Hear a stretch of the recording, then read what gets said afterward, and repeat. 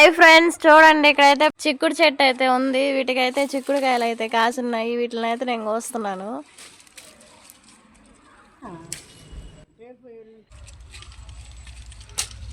ఇక్కడైతే చాలా కాయలు అయితే ఉన్నాయి. వీటిని అయితే కోసేద్దాం. హాయ్ అండి, ఈరోజు అయితే నేనైతే చిక్కుడుకాయ కర్రీ అయితే చేస్తున్నాను. చిక్కుడుకాయలను అయితే ఉడకబెట్టేసుకుందాం.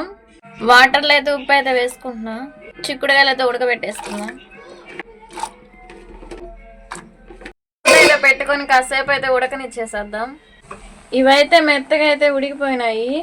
ఆయిల్ అయితే తాలింపు గింజలు అయితే వేసేసుకుంటున్నా. పచ్చిమిర్చి ఆనియన్ వేగిపోయినాయి. కరివేపాకు వేసేసుకుందాం. టమోటా ముక్కలు,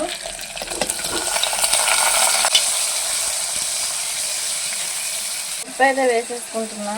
కారం, పసుపు. ఇవైతే మగ్గిపోయిన వీటిలోకి అయితే చిక్కుడుకాయలు అయితే వేసేసుకుందాం.